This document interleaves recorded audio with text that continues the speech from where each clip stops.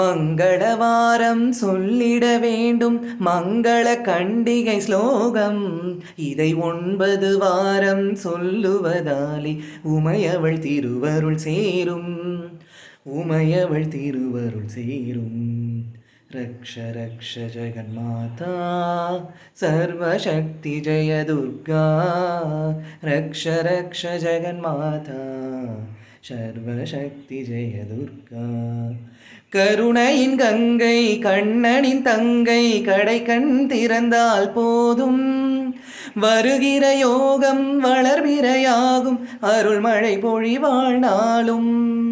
நீல நிறத்தொரு ஞாலமளந்தவள் பாவியென திரிசூலம் எடுத்தவள் பக்தருக்கெல்லாம் பாதை வகுத்தவள். நாமம் சொன்னால் நன்மை தருபவள். நாமம் சொன்னால் நன்மை தருபவள்.